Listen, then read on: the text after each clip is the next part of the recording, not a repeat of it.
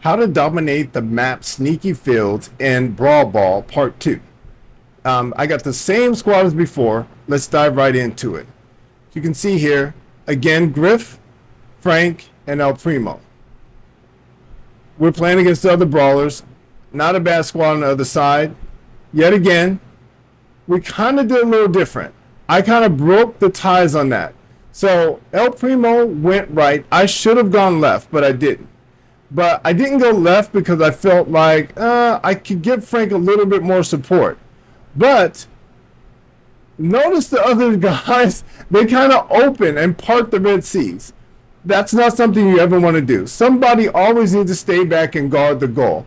The problem is with the three guys that they have, no one can stop Frank. No one can stop Frank when he gets a full head of steam. So the Frank on our team, he just grabs the ball and walks right in and gets a goal. And there's none of these three guys that could actually stop him. Like the only guy that may be able to push him off of it would be Gale, but Gale hasn't gotten his power up yet, so he can't push Frank off of the ball. He can't do it. So El Primo is fighting Edgar there, and then Mort is looking for me, right? Or he's either looking for me or running from me, one or the other. But he's out of position and he can't help. We score immediately. So what was that? Like the ball tips off, right? 8 seconds, and it takes us another 8 seconds to score, almost immediately. But they do something a little different there. And this is where I kind of made the mistake too. We both did. We shouldn't have both gone middle, but I knew they were going to be aggressive. So when you score on another team, more often than not, they're going to be very aggressive. They're going to come out and they're going to try to score right away.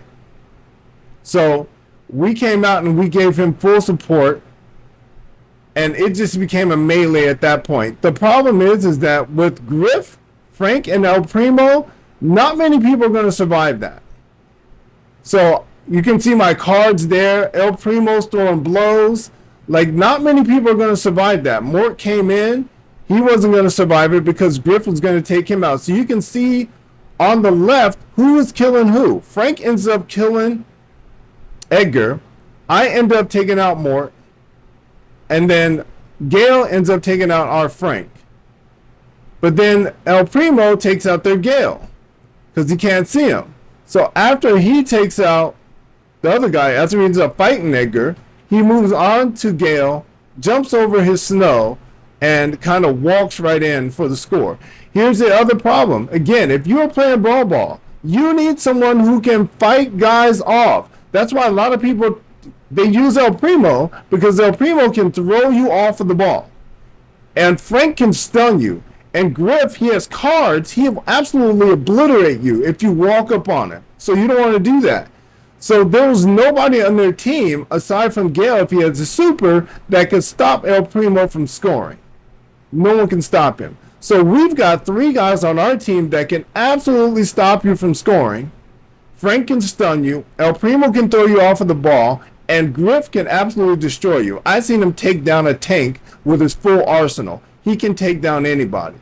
So that's what I mean by there's certain gameplay, there's certain maps, and there's certain players that you should combine together to be able to dominate. When you see Sneaky Fields come back up in Brawl Ball, if you got players that can be any of these three, use them, and you guys will dominate.